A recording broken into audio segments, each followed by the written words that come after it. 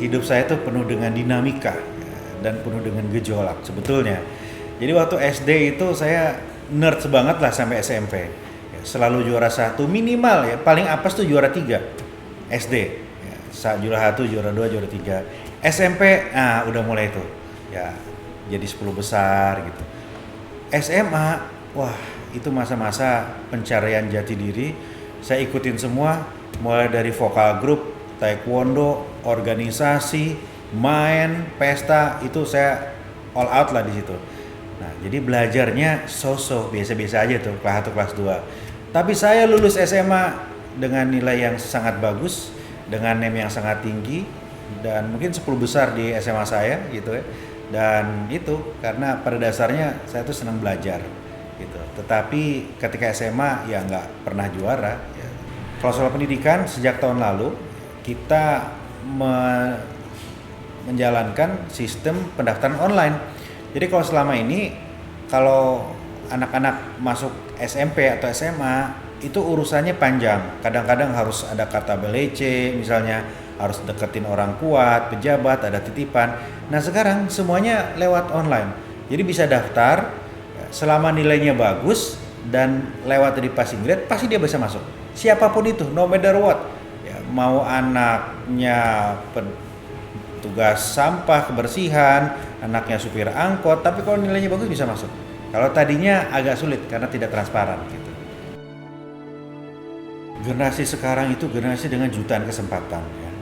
Semuanya it's only one click away, one ping away ya. Jadi mau apapun ada semuanya gitu. Mau kerja jadi apapun kesempatan sukses banyak. Zaman saya dulu masih ABG, masih SMA, ya cita-cita standar mau jadi insinyur, jadi dosen misalnya, menjadi dokter misalnya. Kalau sekarang, wah opsinya banyak banget. Banyak banget ya, mau jadi ahli desain grafis, mau jadi anchor TV misalnya, banyak. Jadi generasi dengan jutaan kesempatan. Nah persoalannya, saya kadang-kadang suka gregetan ya. Kesempatan yang banyak itu nggak dimanfaatkan maksimal karena kadang-kadang kurang fight gitu, kurang fight dan larut dengan tren yang ada, itu aja. Nah, tapi sebetulnya saya ngelihat sekarang makin banyak inspirator anak muda. Saya menyukai tantangan, ya, semakin ribet, semakin kompleks, saya semakin excited justru. Ya, dari dulu seperti itu, nggak pernah saya menyerah, nggak pernah. Ya, saya selalu optimis bahwa semua bisa dilewatin. Kenapa? Karena saya sudah pernah melewati itu. Ya, jadi kalau saya pernah melewati ini, pasti saya akan bisa melewati yang lain. Tidak pernah ada jalan pintas menuju puncak. Setiap ujian, setiap rintangan itu justru adalah proses membesarkan Anda. Gitu. Anda tidak akan pernah bisa besar ketika tidak dihadapkan pada rintangan, tantangan ataupun musibah. Gitu. Ya, hadapilah tantangan itu dengan satu keyakinan bahwa Anda pasti bisa melewati itu. Ya, jika ada optimisme, jika ada keyakinan. Bagi anak-anak muda, yang penting satu, kalian harus tahu apa yang kalian mau. Itu pondasi yang paling penting. Selama kalian nggak tahu kalian mau kemana, mau ngapain, kalian nggak akan pernah bisa kemana-mana. Jadi kalian harus tahu apa yang kalian mau. Yang kedua, fight untuk titik yang kalian tuju. Fight all the way. Apapun juga, ya lakukan itu dengan penuh passion, penuh semangat. Gitu. Yang ketiga, very simple, be the best. Mau jadi ahli kuliner, mau jadi ahli keuangan rumah tangga gitu, ataupun mau jadi pengamat politik atau fashion designer, ya jadi yang terbaik di bidang masing-masing. Nggak harus jadi politisi, tidak harus jadi akademisi, ya. Mau jadi apapun boleh banget ya, sejauh dia punya passion di situ, sejauh dia punya cita-cita yang lebih terbaik di situ. Kita harus punya standar pergaulan dulu ya.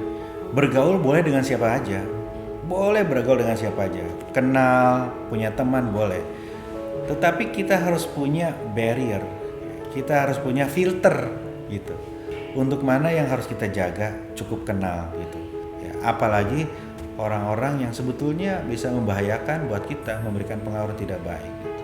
Di Australia itu saya nggak hanya belajar ya, tapi saya organisasi, saya pengen nyobain kerja. Gimana sih rasanya kerja di negeri orang gitu, dan kerjanya itu mulai dari kerja kasar, kerja beresin toilet ya, bekas orang mabok tiap malam gitu. Bayangin, saya pagi-pagi itu jam 3 pagi, setengah 3, setengah 4 pagi bangun bersihin toilet bekas orang mabok gitu.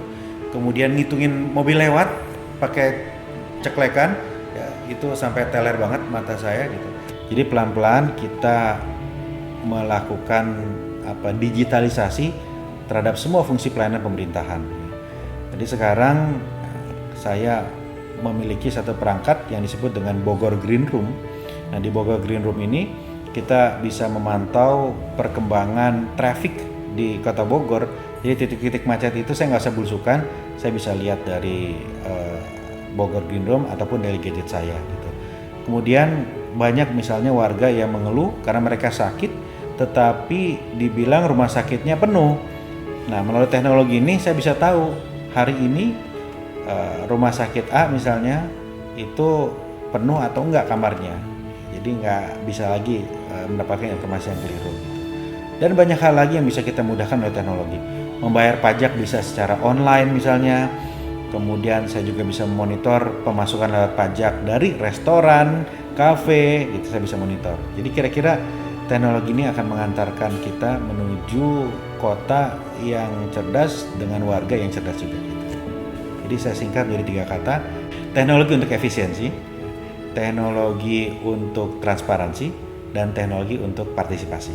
Ya, itu keywordsnya. PR kita masih banyak, tapi kita nyicil dikit-dikit. Memang strategi kita yang paling awal kita mulai dari pusat kota dulu, dari Kebun Raya, Istana dan sekitarnya, nanti pelan-pelan melipir ke pinggir. Nah, jadi fokus kita adalah kawasan pusat Bogor harus lebih bersih. Ya, spanduk nggak boleh dipasang sembarangan. Begitu saya lihat ada spanduk ngaco dipasang sembarangan, saya minta hari itu diturunin gitu. Kemudian petugas kebersihan kita tambah ya, dan ada titik-titik yang menurut saya harus rapi, saya rapihkan gitu. Jadi harus bisa dilihat oleh warga bahwa kotanya lebih bersih dan warga juga bisa lebih nyaman untuk beraktivitas gitu. Mas Bima, apa plan Mas Bima ke depan 3 tahun ini jadi wali kota? Masih banyak nggak yang mau dilakukan? Apapun yang wali kota kerjakan di Bogor, mau membuat sejuta taman misalnya, membuat banyak sekolah misalnya, tidak akan diapresiasi sebelum Bogor nggak macet lagi. Nah, jadi fokus utama kita, target utama kita ke depan nomor 1 adalah mengurangi kemacetan di Bogor, menata supaya angkot tidak menjadi persoalan yang menimbulkan kemacetan. Ya, ditinggal ayah saya itu satu peristiwa yang tidak pernah saya lupakan. Rasanya dunia runtuh waktu itu. Tapi saya waktu itu dinasihati oleh Profesor Arif Rahman yang hari itu menjadi penceramah di tahlilan 40 hari ayah saya. Dia panggil, "Bima, kamu ini beruntung." Saya kaget kan waktu itu. Kenapa beruntung? Ditinggal bapak kok beruntung? Karena hampir semua tokoh-tokoh besar di dunia itu yatim gitu. Sekarang tunjukkan kamu bisa bangkit, kamu jaga ibu kamu bimbing adik-adik kamu, ya, kamu kejar cita-cita kamu untuk ngurusin cita-cita bapak gitu. Itu nggak pernah saya lupakan ya, kata-kata di malam itu, dia sambil ngasih buku ya ke saya, dan ya sekarang saya merasakan itu benar. Ya, jadi hikmah gitu. Kalau waktu itu bapak nggak meninggal, mungkin ya perjalanan hidup saya tidak seperti ini ya. Mungkin saya menjadi anak yang sangat bergantung pada kebesaran dan kehebatan orang tua dan tidak berjuang di kaki saya sendiri gitu. Kalau saya punya kesempatan untuk bertemu bapak ya, walau dalam mimpi, dan itu pernah beberapa kali, ya saya pasti meluk bapak dan bilang terima kasih ya, karena hanya atas semangat bapak ya saya ada di titik ini. Dan ya, bapak saya selalu bangga dengan saya.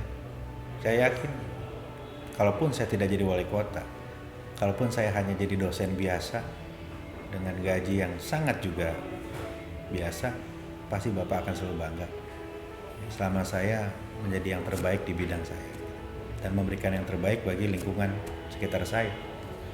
Ya, saya berencana tahun depan akan buat buku khusus tentang bapak saya gitu, supaya itu bisa terdokumentasikan dengan baik sampai anak-anak gitu.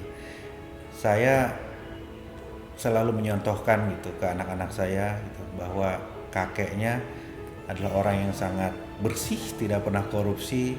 Kakeknya adalah orang yang sangat sayang sama istri sama anak-anaknya, dan kakeknya adalah seorang yang sangat romantis gitu. Jadi mereka tuh nggak pernah bertemu dengan kakeknya, tapi mereka akan selalu merasa kakeknya itu ada di keseharian mereka gitu. Bapak saya mengajarkan untuk selalu hormat pada yang lebih tua, senior. Dari kecil saya dididik tidak boleh memanggil nama. Ya. Bahkan saudara sepupu yang hanya lebih tua 1 bulan dari saya, pasti saya panggil akang. Ya, nggak boleh begitu dipanggil nama langsung dimarahin. Gimana pun lebih tua. Gitu. Saya dididik untuk selalu sungkem sama orang tua gitu. Tidak boleh sombong gitu. Selalu melihat ke bawah, jangan ke atas misalnya, seperti itu. Jadi balik lagi didikan orang tua gitu. Dan saya melihat orang tua saya, bapak saya adalah orang seperti itu. Ya, punya sahabat mulai dari menteri-menteri, mulai dari tokoh-tokoh, sampai dia sangat bersahabat dengan tukang kebun saya gitu.